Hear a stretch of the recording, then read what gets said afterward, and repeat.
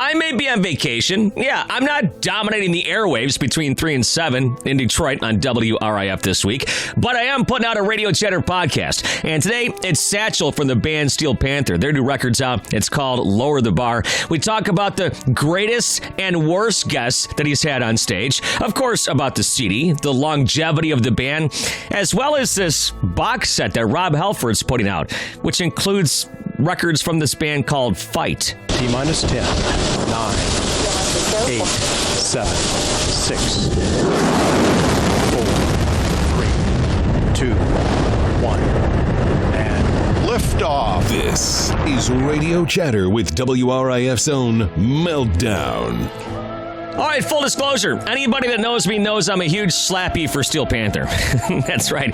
As I talked about with Michael Starr a couple weeks ago, and by the way, if you're a Steel Panther fan and you haven't, a Panther, I guess, if you haven't heard the Michael Starr interview from a couple weeks ago, I piggybacked it with Taylor Momsen from the Pretty Reckless. It's definitely worth a listen. Some real good stuff on there.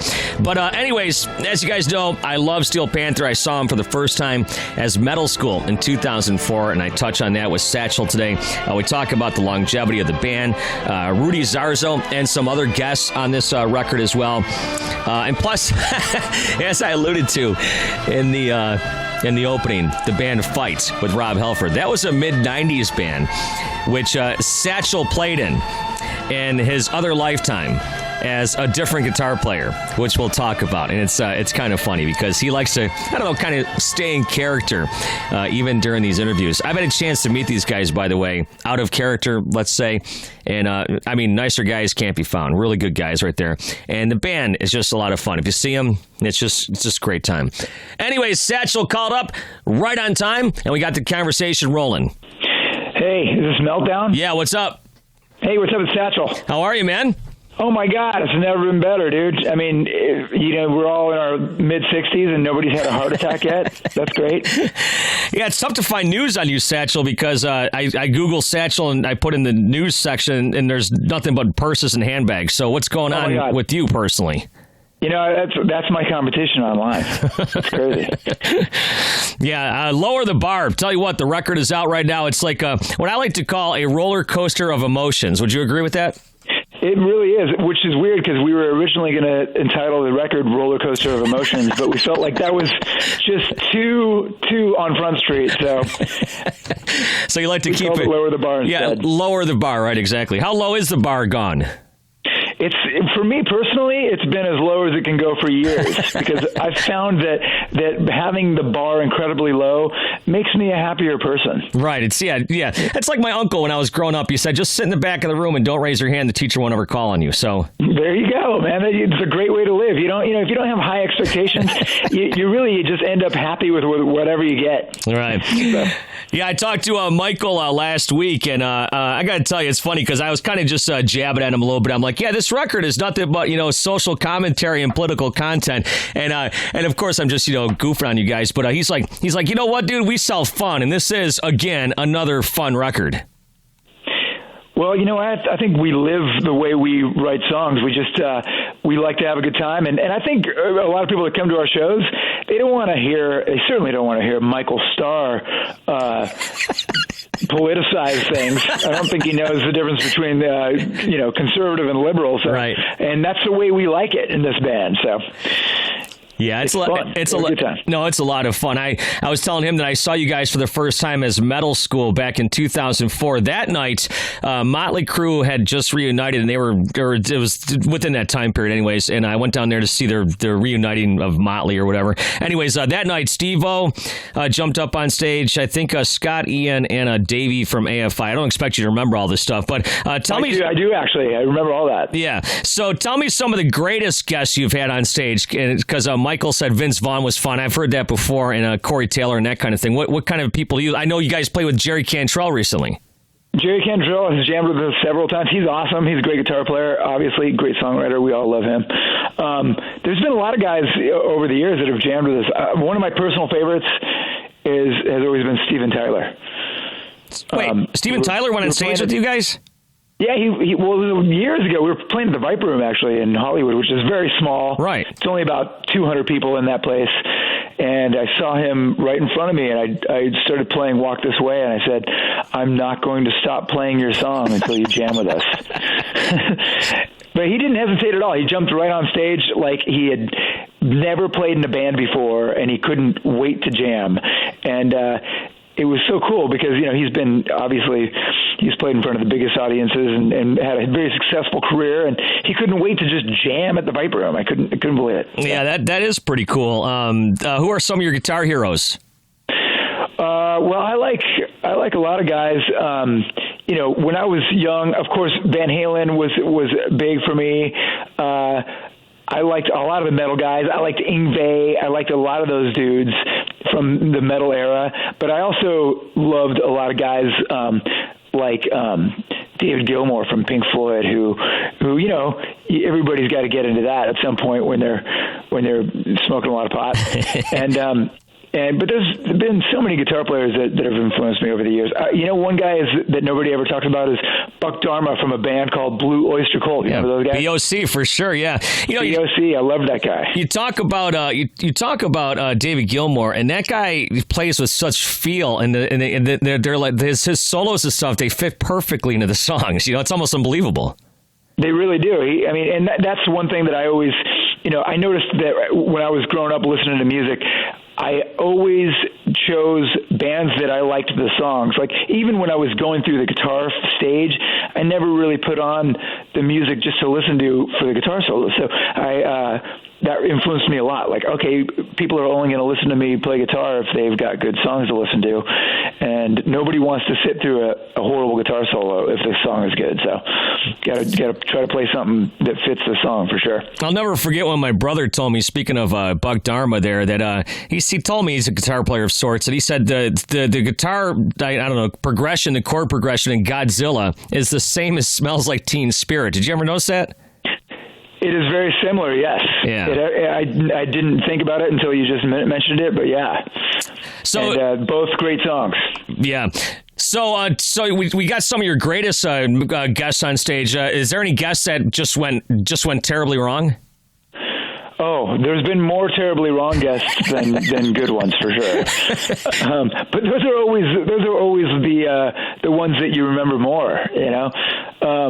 I remember Jessica Simpson was on stage with us one time, and she was incredibly drunk, and she tried to sing, and it didn't work out so well. There's been plenty of people that have. Meatloaf got on stage with us one time. Really? Oh, that was a mess too. His shirt was almost completely off, and he was covered in lipstick. Like, some girl was kissing all over him, and he just didn't know how to stop it. It was just smeared everywhere. It was great. One of the funnier stories, the first time I shouldn't say the first time, but one of the times I interviewed Michael was right after Scott Weiland had died, and I asked him about that, and he goes, yeah, he played with us one time. We started playing the song. He told us we were playing it wrong.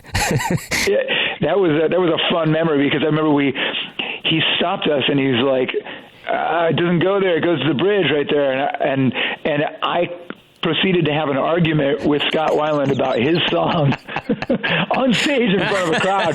And I was like, no, it doesn't. It does. It goes to the next verse right there. And he was like, no, it doesn't. And I was like, dude, you're higher than me right now. But it was cool. It was a pretty fun conversation. I was going to say you got to play with Scott Weiland. So, but on this record, you got your 11 songs, one of which is a cover. And I was talking to Michael about this last week too. You guys, obviously, when you started your career out, you guys did a lot of cover song stuff, but I don't think you ever really actually recorded any of them. He said that you guys wanted to do this song "She's Tight" because his mother had passed away, and this one features Robin Zander. Talk about working with him. Well, it was, that was one of the reasons why we recorded it as well, because we had just mentioned the song, and our manager, who is the guy who used to play drums in Extreme, Paul Geary? Yeah, for sure, yeah. And he manages the band, and he was like, oh, I know Robin. I'll call him. And I was like, he called him, and he said he would sing on it. So as soon as we heard we could get Robin to sing on the song, we all thought, we got to record it, because we're all huge fans of Cheap Trick, and Robin Zander was going to sing on it. So, that was a cool thing for us to do. And we did it, and it sounded really good. Yeah, it's really cool. And then wrong side of the tracks, out in Beverly Hills, I guess Rudy Zarzo plays bass on that song? That's right, and we're all huge fans of Rudy. And strangely enough, Rudy played bass in Blue Oyster Cult in BOC just not too long ago. Huh. Yeah, Rudy's. Yeah, no, I didn't know that. But Rudy's. He's one of those guys. He can go pretty much anywhere in the rock world and play something. He really can. And I remember, I think I met him while he was playing in Blue Oyster Cult, and I got his number, and of course I reached out to him to see if he wanted to play bass on our record, and he was super cool about it, and we only had to pay him like $50, and he was he sounds great, man. It's amazing because he sent me the bass track, because these days you can record, in your bedroom and send somebody your track, and his bass sounded so good. I asked him if he wanted to be the new bass player in Steel Panther, but he liked Lexi too much, so he said no. You're trying to boot Lexi. Man, I'll tell you, that guy takes a lot of heat from you guys. He really does. That's why he's in the band. He doesn't even have a Wikipedia page like the rest of you. No, I know. He doesn't know how to go online yet. Yeah. We're trying to teach him. But that's what Michael was saying. It was so funny. He said that you guys are thinking about doing some solo albums, and he said that you said he should do one solo, no one can hear him. Well, the thing about Michael is he's a singer, so he loves to sing wherever we go. So it doesn't matter if we're in the airport or anywhere. He's singing at the top of his lungs. I just want him to stop singing for a little while. Now, some of these videos that kind of go viral with your live appearances are some of the ones that you bring the kids up on stage. Talk a little bit about that. What if a kid comes up on stage and he's just not that good, or he freezes or whatever? Most of them are pretty good. Yeah, usually, there's always people that they can't play that want to get up with us, and occasionally they'll come up and it'll be embarrassing, but that's always part of the fun. You never know what you're going to get. So, whenever we bring people on stage, it's sort of just a crapshoot. But of course, there's the one where we had a kid get up in Kansas City, and he shredded like Eruption or something, and it ended up like going viral and seen by 14 billion people on the planet. And but that's always cool. It's always cool to watch a kid play, because when a little kid gets up and plays well, it's very impressive. And then you turn into like a 60-year-old like me, and nobody's impressed at all. I'll tell you what, when you do the drum thing and the guitars, that's always pretty cool. It's always fun. That is, the older you get, the more instruments you have to play at the same time to impress people. Yeah, right. Now, is there ever been any mishaps when the girls come up on stage? Oh, there's always mishaps, and that's always the best thing. There was a girl in Vegas one time. We used to play Vegas every week. Right. And there was a girl that Michael brought on stage, and it's probably on YouTube somewhere. She was so drunk, and she was looking at Michael, and she didn't realize that the stage monitor was right behind her, and she stepped backwards, which she stepped right onto the stage monitor and fell backwards, which was the front of the stage, and the front of the stage was about 6 feet high, so she fell head first backwards 6 feet off the stage. And the look on Michael's face was priceless, because she basically, as far as he knew, she just died, broke her neck, and he didn't even run up to see if she was okay. He just runs away towards the drums and lets somebody else pick her up off the ground. But she ended up being great, because drunk people somehow can go through anything. Right? Yeah, that's exactly right. I saw you guys in Vegas once at the House of Blues, right?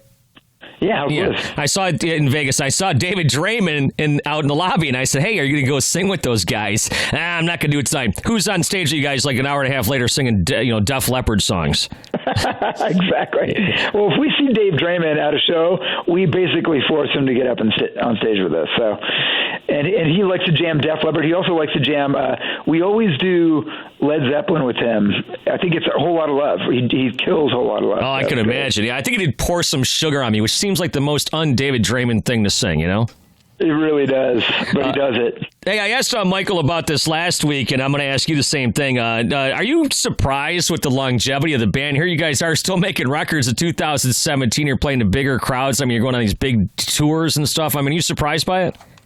You know what? I'm not surprised, because I've always felt like we've been such a great live band, and before we ever did records, we always were able to pack places out because we're very, we're entertaining as a band. So, but I am happy though that that we've continued to be able to sell shows out and tour all over the place because it's fun, and we continue to do records that we enjoy, and if we like our own records, then I know that there's always going to be an audience for it, so that's good. Yeah, you guys have put out some pretty outstanding records. This new one, Lower the Bar, is out right now, and a couple final things here for you, Satchel, before we cut you loose. I know you're friends with Rob Halford. You guys toured with Judas Priest a couple years ago, and are you excited about this box set that's coming out? Apparently, this band Fight that he had in the '90s, there's going to be some tracks and some albums on that too.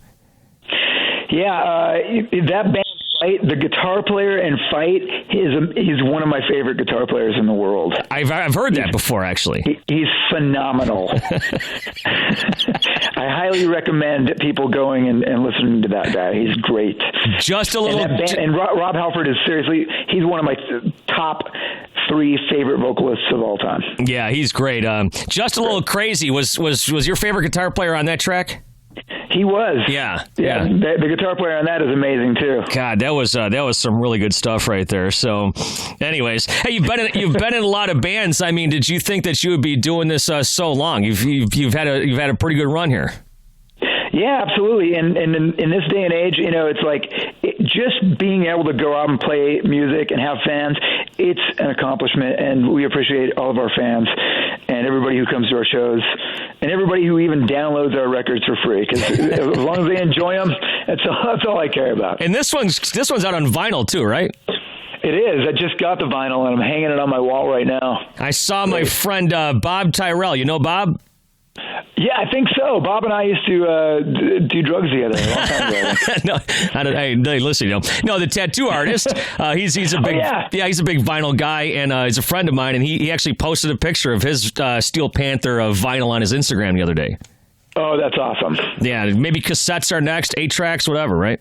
Yeah, exactly. Whatever sells. Those things are coming back, I think. There you go. Well, hey, Satchel, it's great to talk to you. I think I told Michael, I don't know if I've seen a band more times than you guys in the past 15 years. I don't know if that's good or bad, but I love seeing you guys whenever I've seen you in Los Angeles and in Vegas, and of course, every time you come through Detroit, and it's a pleasure to talk to you. Lower the Bar is out right now, and I got a piece, so I got to run. Thank you very much, Meltdown. I appreciate it. I have to admit,